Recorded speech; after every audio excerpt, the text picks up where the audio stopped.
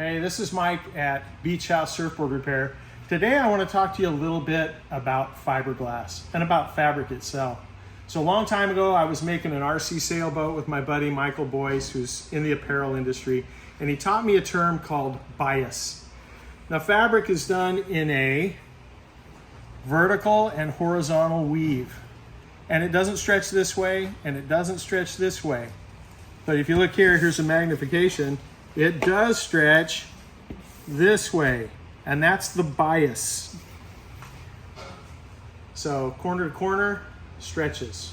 Corner to corner, stretches. So this is a really important aspect of cloth, especially when you're doing a tight area like a nose, a hard rail, a tail, and I'm going to show you that right now. So typically, grab a pair of scissors here.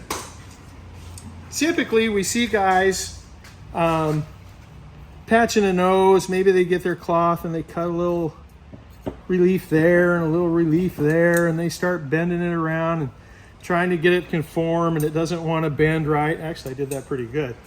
And you have to do that when you're glassing a board, because your cloth runs the length of your board. But when you're doing a nose as a repair or a tail or a hard rail, you can use the bias. So I'm going to cut this cloth at an angle. I'm going to cut it on the bias.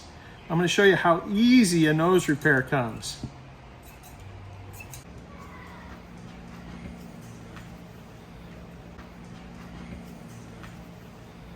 You can even form it on the bias.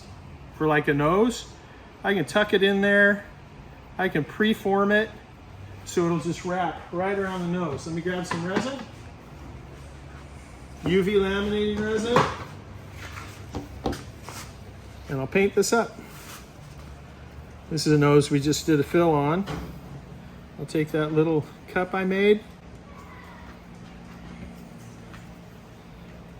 Take this little one I made. There's no messing around. It's done. There's fabric all the way around the whole thing. Now I'll flip the board over and I'll show you a tight rail. So these are cut on the bias. These have already been filled. And it just wants to conform. There's another thing about this too, is that when you use it on the bias, you're actually making a stronger lamination because it's a more flexible lamination, and the fibers are going diagonal to the flex of the board.